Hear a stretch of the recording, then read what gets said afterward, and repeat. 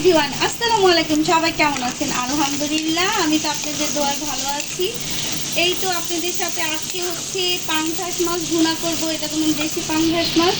এই তো বড় পিস ছিল, আমি সুন্দর করে ছোট করে কেটে দিয়েছি, ভেজে নিলাম সুন্দর করে। এখন হচ্ছে পেঁয়াজটা ব্রাউন কালার করে ভেজে সুন্দর করে সব মশলা দিয়ে রান্না করে নিব, সেটাই আপনাদেরকে দেখাবো। চলেন আজকে আমার সাথে থাকেন আর দেখেন পাঙ্গাস মাছটা আমি কিভাবে সুন্দর করে ভুনা করে নিই।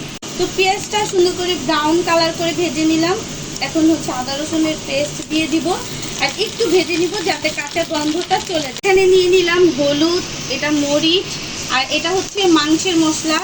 তো এখন হচ্ছে দিয়ে দিব, আর জিরাটা হচ্ছে আমি পরে দিব। এখন মশলাটাকে একটু সুন্দর করে কষিয়ে নিই। তো মশলাটা সুন্দর করে কষিয়ে নিলাম। এখন হচ্ছে টমেটো আর কাঁচামরিচ দিয়ে দিলাম। এখন হচ্ছে ঢেকে একটু টমেটোটা সিদ্ধ হওয়ার জন্য একটু ঢেকে দিব।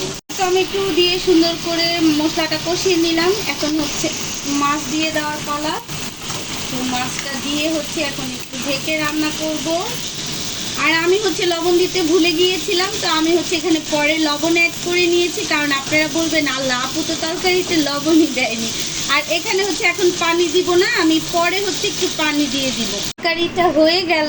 এখন হচ্ছে আমি এখানে ধনে পাতা অ্যাড করে দিব, আর হচ্ছে একটু জিরা গুঁড়া দিয়ে দিব, কারণ জিরা গুঁড়াটা দিলে না তরকারিতে টেস্টটাই অন্যরকম আসে। তো আপনাদের কাছে কেমন লাগলো অবশ্যই জানাবেন। আর সবাই হচ্ছে এভাবে সুন্দর করে দেখেন, আমি কোনো হালকা মশলা দিয়েছি।